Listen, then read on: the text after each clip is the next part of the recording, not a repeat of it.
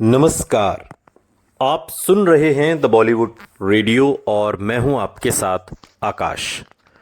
दोस्तों, आज के इस पॉडकास्ट में किस्सा राजेश खन्ना का है और हम आपको लेकर चलेंगे तकरीबन 50-55 बरस पहले। यूं समझ लीजिए 54-55 बरस तो हैं ही कम से कम। ये आनंद का दौर है और राजेश खन्ना का वो दौर जब उन्हें खुदा होने का एहसास हुआ। सोचिए, खुदा होने का एहसास क्या आपको कभी हुआ है? होना भी नहीं चाहिए क्योंकि हम इंसान हैं, खुदा नहीं। लेकिन राजेश खन्ना को यह एहसास हुआ था। राजेश खन्ना से बेहतर और कोई नहीं हो सकता और इस कहावत को सच साबित करने के लिए कि जो सबसे बड़ी ऊंचाइयों को छूता है वही सबसे बुरा पतन भी देखते हैं। हालांकि आराधना के बाद 1 साल से कुछ ऊपर ही हुआ था। राजेश खन्ना के लिए लोगों का जो पागलपन था वो बेहद बढ़ गया था आराधना के बाद से ही। आराधना, फिर दो रास्ते, डोली बंधन और स्टार एंड स्टाइल एक मैगजीन हुआ करती थी उन दिनों। और उस मैगजीन में उन पर 5 हिस्सों का एक आर्टिकल छपा जो इससे पहले किसी अभिनेता को नहीं मिला था। इतना बड़ा आर्टिकल किसी स्टार के लिए छपा हो, ऐसा हुआ ही नहीं था। लेकिन यह हुआ राजेश खन्ना के लिए। राजेश खन्ना के साथ ऐसा हुआ। और अगर एक फिल्म पत्रिका फिल्म फेयर ने जतिन को राजेश खन्ना बना दिया था, तो दूसरी ओर स्टार एंड स्टाइल मैगजीन ने कुछ ही महीनों में राजेश खन्ना को एक सफल अभिनेता से एक स्टार और अब सुपरस्टार बना रही थी। 5 हिस्सों के इस आर्टिकल में जाने माने जनसंपर्क गुरु बनी रूबेन जैसे लोगों के लेख थे। लेकिन अंतिम अंश फिल्मी पत्रिकाओं की देवी के लिए रखा गया था, जिसने सुपरस्टार जैसा शब्द ढूंढ निकाला था। देवी यानी देवयानी चौबल, जो राजेश खन्ना की बहुत करीबी रहीं और राजेश खन्ना को सुपरस्टार शब्द से दुनिया का परिचय कराने वाली देवयानी चौबल ही थीं। राजेश खन्ना की तरह ही देवयानी चौबल का जन्म एक खुशहाल परिवार में हुआ था जो घुड़सवारी में दिलचस्पी रखती थी। और उन्होंने अपनी पत्रकारिता की जो पढ़ाई लिखाई थी और बाद में करियर फिल्म फेयर में गुलशन यूं के अधीन शुरू किया। उन दिनों फिल्म पत्रकार चंद एक विषयों पर ही ध्यान देते थे और देवयानी का क्षेत्र था शूटिंग और पार्टियां, पेज 3 पार्टियां, जिन्हें बाद में पेज 3 पार्टियों के तौर पर परिभाषित किया गया। जब फिल्म फेयर के एक वरिष्ठ संवाददाता ने यह सोचकर राजेश खन्ना से मिलने से इनकार कर दिया कि वो ज्यादा अहम नहीं थे, तो आर्टिकल में देवयानी को जिम्मेदारी दी गई। देवयानी जिस नाम से आमतौर पर जानी जाती थी वो था देवी। और देवी और राजेश खन्ना दोनों की फौरन अच्छी दोस्ती बन गई और अंत में देवयानी की राजेश खन्ना की उस समय की प्रेमिका रही अंजू महिंद्रू से भी बहुत अच्छी दोस्ती बनी। पहली मुलाकात के बाद देवयानी ने पूरे आलेख में इस नए अदाकार की शख्सियत की अपनी निजी पहचान के रूप में जगह दी। और ये शायद देवयानी का सहज बोध था या उसकी पैदाइश, जिसने उसे राजेश खन्ना को देखते ही जीतने वाले घोड़े की पहचान करवा दी। क्योंकि उसके बाद देवयानी ने जो भी आर्टिकल लिखे, जो भी अपने कॉलम लिखे, हर एक में राजेश खन्ना चले आए और यूं लगा कि जैसे बिल्कुल पर्सनल आर्टिकल हो वो। और राजेश खन्ना पर अपने पहले आर्टिकल की तरह ही देवयानी ने उन्हें स्टार एंड स्टाइल में अपने लेख में एक सोच विचार करने वाले और बेहद शर्मीले अदाकार के रूप में पेश किया। उसने अपने ऊपर राजेश खन्ना के इर्द गिर्द एक तिलिस्म खड़ा कर देने का जिम्मा ले लिया और उन्हें कुछ इस तरह पेश किया जैसे वो अपने सितारा होने के बारे में पूरी तरह सजग थे। और तब तक उनका सितारा होना अधिकतर देवयानी के शब्दों में ही एक रचा हुआ शब्द था, सुपरस्टार। और फिर भी वो देवयानी की तरफ उदासीन थे। राजेश खन्ना की शानदार कामयाबी प्रभावशाली थी, लेकिन उसे किस्मत का खेल भी कहा जा रहा था। जिस रफ्तार से वो फिल्म इंडस्ट्री पर छाए थे, 1970 की 10 चोटी की फिल्मों में से 5 में राजेश खन्ना थे। और जिस आसानी से वो चोटी पर विराजमान हो गए थे, उससे सारा सिलसिला बाग में सैर करने का सा गुमान देता था। किस्मत के इस खेल के बावजूद भी राजेश खन्ना को मेकअप लगाना पड़ता था। कैमरे के सामने आकर खड़े होकर इशारा पाते ही डायलॉग बोलने पड़ते थे। लेकिन उनके संबंध में किस्मत के हाथ को इतना महत्व देने का एक कारण यह हो सकता है कि चाहे कुछ कर दिया जाता, नतीजा एक ही था, बेमिसाल कामयाबी। राजेश खन्ना की फिल्मों को देखें तो लगता है नहीं कि भूमिका चुनने की उनकी कोई खास कसौटी थी। वो कुछ भूमिकाएं निर्देशक की वजह से चुनते, कुछ उनको बनाने वाले बैनर की वजह से, कुछ इसलिए कि वो उस पेशकश को नामंजूर नहीं कर पाते, और कुछ ऐसे कारणों से जो समझ से बाहर हैं। फिर भी भूमिका या निर्माण कंपनी कोई भी रही हो, एक के बाद एक फिल्म आशा से ज़्यादा सफल हुई, जितनी उम्मीद थी उससे भी ज़्यादा कामयाबी मिली। और सफलता के इस दौर ने उन्हें और बाकी सब को भी विश्वास दिला दिया कि उन्हीं की वजह से सब कुछ हो रहा है। यानी कि फिल्म का म्यूज़िक, फिल्म के डायरेक्शन, फिल्म का संगीत, फिल्म का गीत, फिल्म की कहानी कुछ मायने नहीं रखती। अगर कुछ मायने रखता है तो वो है राजेश खन्ना। और उनको इस बात का श्रेय जाता है कि इस दौर में उनकी कई फिल्में अपार सफलताओं से बढ़कर रहीं। चाहे वो साल 1971 की उनके कैमियो रोल की अंदाज हो, आनंद, अमर प्रेम, ये कुछ साधारण से ऊपर थीं और उन्हें एकदम कल्ट फिल्म का रुतबा मिल गया था। बहुत सामान्य फिल्में कही गई हैं, लेकिन ये फिल्में कल्ट थीं, जिससे राजेश खन्ना को ये यकीन हो गया कि उन पर कोई नियम अब लागू नहीं होते। यानी कि अब हर नियम राजेश खन्ना के पास आकर दम तोड़ देता है, और राजेश खन्ना जो चाहते हैं, जो करना चाहते हैं या फिर जो कर रहे हैं, वही सही है, बाकी सब बेकार।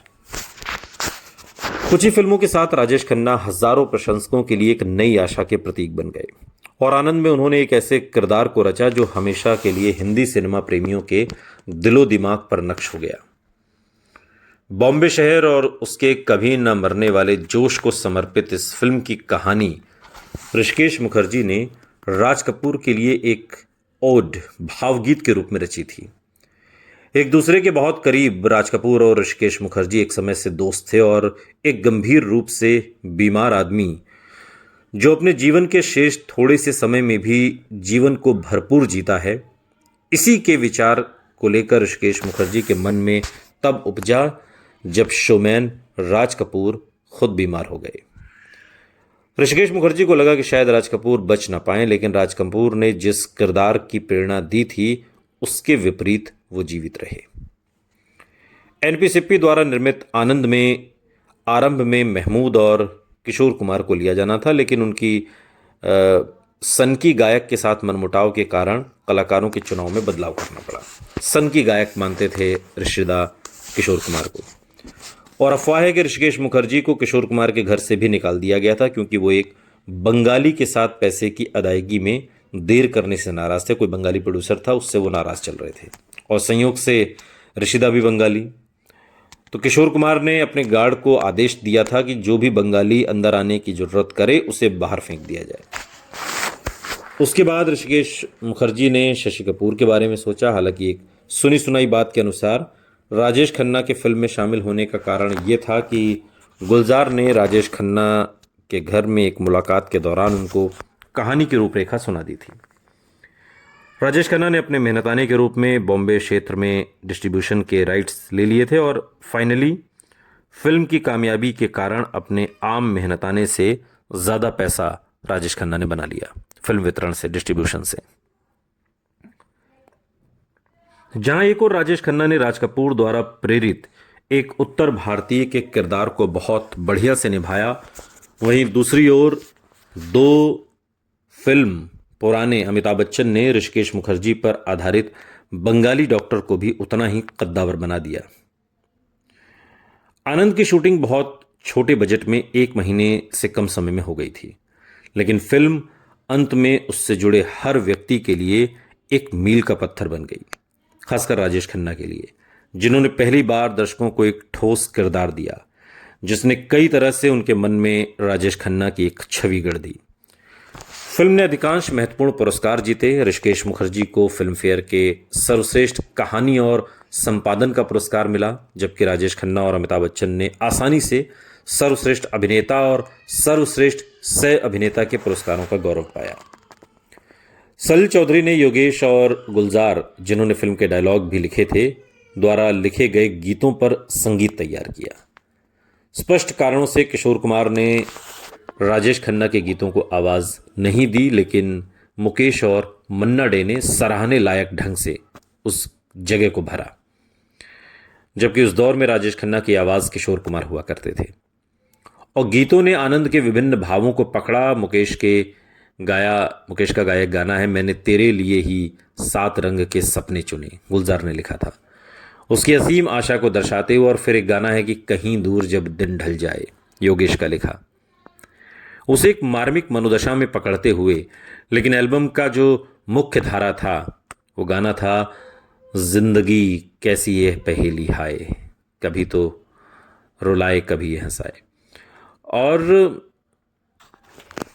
इस बार योगेश ने दुख दर्द भरे गीत लिखे थे और मन्ना डे की मुलायम आवाज़ थी जिसने राजेश खन्ना को एक और जिंदगी का गीत दे दिया, यानी लाइफ टाइम गीत जिसे कहा जाए, जो एक मरते हुए आदमी की अधूरी इच्छा को जाहिर करता था, जो जिंदगी को कुछ ज़्यादा समझना चाहता है इससे पहले कि जिंदगी उसे छोड़ जाए। आनंद ने राजेश खन्ना को महज व्यावसायिक सफलता या आलोचकों की तारीफ के अलावा भी बहुत कुछ दिया। उसने उन्हें पर्दे पर उनका सबसे बड़ा और देर तक याद रहने वाला किरदार दिया। पर्दे पर उनकी कभी हिम्मत न हारने वाली छवि बनाने के साथ साथ आनंद ने राजेश खन्ना को अमिताभ बच्चन के सामने भी लाकर खड़ा कर दिया, उस दुबले पतले से नए अभिनेता के सामने जो आने वाले सालों में उनकी सबसे बड़ी चुनौती बनने वाला था और शायद उस सुपरस्टारडम को छीनने वाला भी था जिसका इल्म राजेश खन्ना को नहीं था। तब मशहूर हास्य अभिनेता महमूद ने अमिताभ बच्चन को सलाह दी थी कि वो आनंद का पूरा फायदा उठाएं। नौजवान अमिताभ ने अपने दोस्त अनवर अली के बड़े भाई महमूद की बात को संजीदगी से लिया और आनंद में अपने अभिनय को राजेश खन्ना की मृत्यु वाले सीन के आसपास तैयार कराया। महमूद ने राजेश खन्ना के अभिनय की जमकर तारीफ करते हुए अमिताभ बच्चन से कहा था कि राजेश खन्ना के आनंद की अंतिम सांसें लेते समय पूरा देश बंधा हुआ होगा और उस वक्त उन्हें अपने को खुला छोड़ना होगा। अमिताभ बच्चन ने बिल्कुल वही किया और वो व्यक्ति जिसे शुरू होने से पहले ही नकार दिया गया था, अमिताभ को चर्चा का विषय बन गया। अमिताभ बच्चन को भविष्य में उनकी पत्नी बनने वाली जया भादुड़ी के साथ गुड्डी में मुख्य भूमिका के लिए उनका करार हुआ, साइन की उन्होंने, लेकिन अंतिम घड़ी में ऋषिकेश मुखर्जी ने उन्हें बदल दिया था। और हालांकि वो फिल्म में एक छोटी सी मेहमान भूमिका में नजर आया और इस घटना ने अमिताभ के फिल्मी सितारा बनने के ख्वाब को लगभग खत्म कर दिया था। लेकिन आनंद से पहले अमिताभ बच्चन इतने मामूली थे कि राजेश खन्ना ने ऋषिकेश मुखर्जी से अपने सह कलाकार के बारे में कुछ पूछने की जहमत भी नहीं की। और हालांकि उन्होंने भी बाकी दुनिया की तरह आनंद में उन पर अच्छी तरह ध्यान दिया, फिर भी उन्होंने कई बार अमिताभ बच्चन के होने को नकारा। और अमिताभ बच्चन, जिन्हें मौका थोड़ा सा मिला अपने आप को खुलकर दिखाने का, लेकिन अमिताभ बच्चन ने ये साबित कर दिया कि वो उस आखिरी सीन में, अगर आपको फिल्म आनंद का वो आखिरी सीन याद हो जब मृत्युशैया पर एक तरीके से राजेश खन्ना के किरदार आनंद की मौत हो जाती है और तभी टेप रिकॉर्डर से आवाज़ आती है, बाबू मोशाय ज़िंदगी बड़ी होनी चाहिए, लंबी नहीं। और तब अमिताभ बच्चन के चेहरे पर फोकस जाता है। वो एक्टिंग, वो जिगरा, वो किरदार डॉक्टर भास्कर बनर्जी का जो अमिताभ बच्चन ने निभाया, वो लोगों को याद रह गया। ये खासियत थी अमिताभ की और ये जलवा था उस दौर में राजेश खन्ना का, जिन्होंने अपने दम पर इस फिल्म को हमेशा के लिए अमर कर दिया। सुनते रहिए द बॉलीवुड रेडियो, सुनता है सारा इंडिया।